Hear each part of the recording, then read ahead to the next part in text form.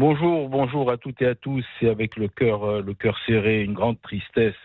que je fais cette chronique en sortant immédiatement de l'Alevaya de notre ami, notre grand ami Samuel Sandler, Ce nom, Samuel Sandler, c'est un nom qu'on a porté, qu'on a accompagné, qu'on a connu parce qu'il a apporté la mémoire de son fils,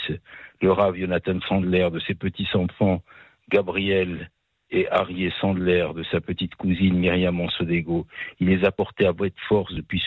ce jour tragique du 19 mars de 2012, ce jour où cet homme a été peut-être l'un des premiers témoins des pogroms qui ont eu lieu il y a 3 mois en Israël. C'était le premier à vivre dans sa chair, dans sa famille, l'islamisme radical qui venait abattre à bout portant des enfants dans une école, son fils, un professeur,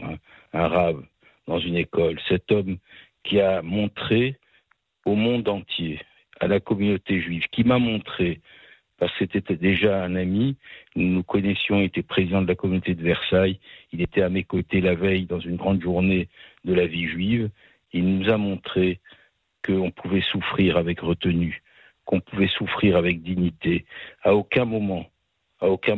pendant toutes ces années de témoignages, pendant toutes ces années où il a sillonné la France, où il a sillonné Israël, où il a sillonné les écoles, où il a participé à tant de cérémonies, à aucun moment des paroles de haine ne se sont exprimées dans sa bouche. À aucun moment des paroles de rancune ne se sont exprimées dans sa bouche. Mais à aucun moment non plus, il n'a hésité à dire la vérité sur l'islamisme radical, sur le Allah Akbar qui résonnait dans sa tête en sachant ce qu'ont fait les meurtriers de son fils et de ses petits-enfants. Alors, Samuel Sandler est parti brutalement ce matin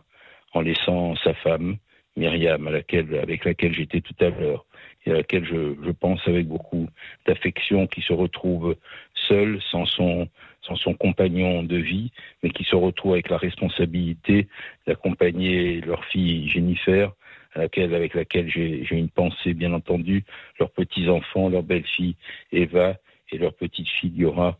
C'est un moment très douloureux que nous n'attendions pas. Nous étions avec Eva en train de préparer donc un jour le gala pour le Beth Sandler, et voilà que cet homme, Samuel, qui a tellement incarné, qui a tout fait pour qu'on n'oublie pas, pour que le nom de son fils, de ses petits-enfants, reste dans nos cœurs, reste dans nos mémoires, reste dans nos histoires.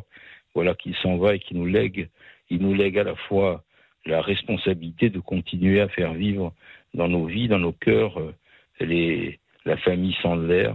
mais aussi de faire vivre ce témoignage de foi intense qu'il avait. C'était un homme de religion, un homme de foi, un homme de paix, un homme d'amour, un homme d'affection, un homme de proximité, un homme de dialogue aussi interreligieux. Il essayait aussi de tout faire pour apaiser tout ce qu'il pouvait apaiser, mais en restant lucide, vigilant, amoureux de la Torah, amoureux de son statut de citoyen français, amoureux d'Israël, ce auquel il se rendait régulièrement, et amoureux de nos traditions.